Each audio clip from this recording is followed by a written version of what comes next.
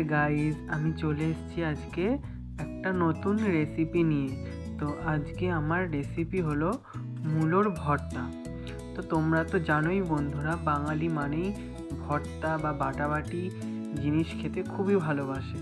তো আজকে এই বাটাবাটি নিয়ে আমিও চলে এসেছি। তো দেখতেই পাচ্ছ, প্রথমে আমি মূলোটাকে কেটে ধুয়ে নিয়েছি। তো তারপরেই কড়াইতে সর্ষের তেল দিয়ে তার মধ্যে একটা শুকনো লঙ্কা দিয়ে সেটাকে ভেজে নিলাম এবং তার মধ্যে দিয়ে দিলাম কালো জিরে।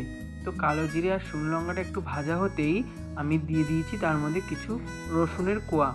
তো রসুনের কোয়াটা দেওয়ার পরে একটু ভাজা হতে না হতেই ওর মধ্যে দিয়ে দেবো 3-4টে কাঁচা লঙ্কা। যে যেমন লঙ্কার ঝাল খাও সে তেমন লঙ্কার ঝালটা দিয়ে নেবে।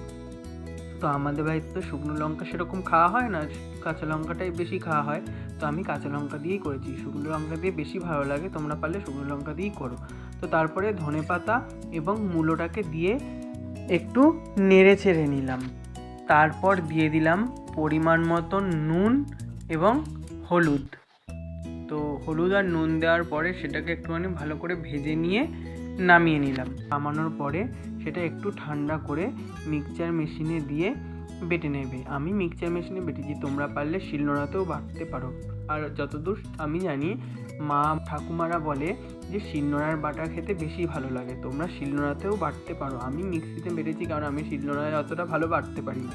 তারপরে বেটে নিয়ে আমি এখানে নামিয়ে নিয়েছি এবং এটার মধ্যে একটু কাঁচা সরিষার তেল ও তার মধ্যে একটু কাঁচা লঙ্কা আর একটা ধনিয়া পাতা নিয়ে আমি এটাকে ডেকোরেশন করে তোমাদের দেখিয়ে দিলাম।